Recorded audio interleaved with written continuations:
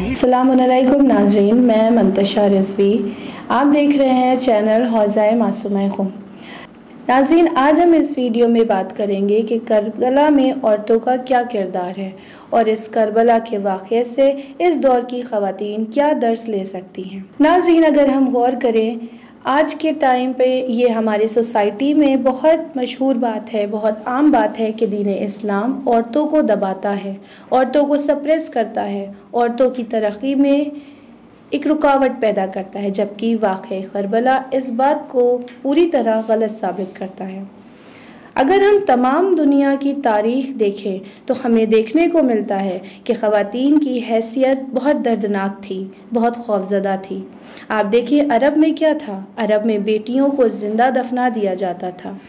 کسی کے گھر میں بیٹی پیدا ہوتی تھی تو اس کے چہرے سیاہ ہو جایا کرتے تھے، وہ غمزدہ ہو جایا کرتے تھے اور اپنی بیٹیوں کو زمین میں زندہ دفنا دیا کرتے تھے۔ لیکن اللہ نے اپنے نبی، اپنے رسول کے گھر بیٹی عطا کر کے یہ بتا دیا کہ ایک عورت کا مقام کیا ہے۔ جہاں تمام لوگ اپنی بیٹیوں کو زمین میں دفنا رہے تھے، وہیں رسول اپنی بیٹی کی پیدائش پہ خوشی منا رہے تھے۔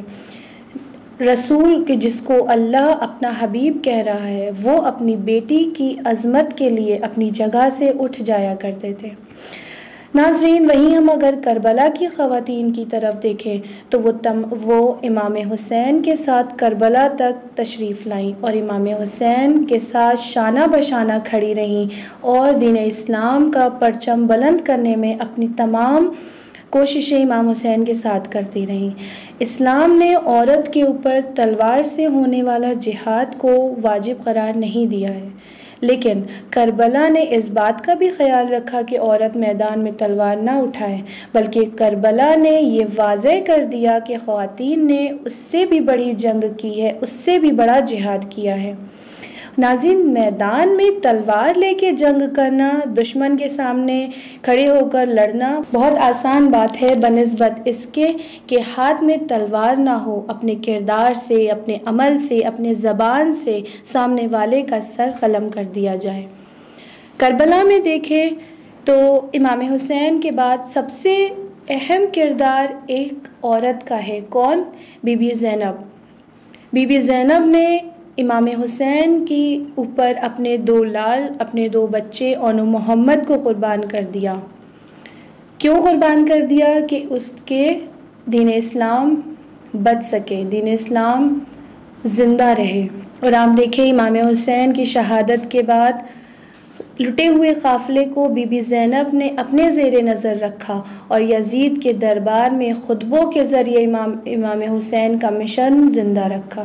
اسی طرح اور بھی خواتین ملتی ہیں، بی بی رباب ہیں۔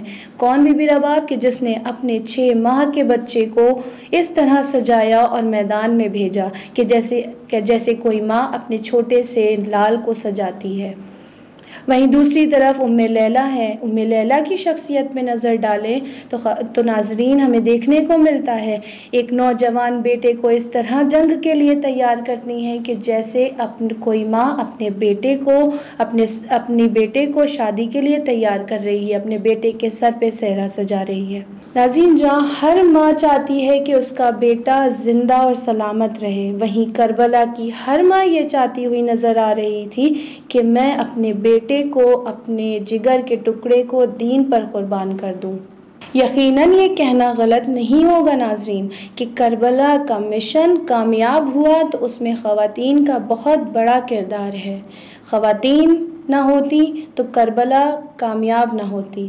کربلا میں ہر ایک عورت دکھ اور مصیبت کے وقت بھی اپنے ایمان اور صبر کا ثبوت دیا اور اپنی قربانی اسلام کے لیے پیش کی۔ ہر ایک عورت کا کردار ہمارے لیے نمونہ عمل ہے کہ ہم اس کردار کو اپنی زندگی میں شامل کریں۔ یقیناً جب ہر وہ کردار ہم اپنی زندگی میں شامل کر لیں گے تو ہماری زندگی سنور جائے گی۔ ناظرین، خدا حافظ، فی امان اللہ۔ بسم اللہ الرحمن الرحیم۔ حوزہ معصومہ قم میں آن لائن ایڈمیشن اسٹارٹ ہے بچوں کے لیے اور خواہران کے لیے۔ مبلغہ عالمہ اور معلمہ بننے کا سنہرا موقع۔ رابطہ کریں ان نمبرز پر۔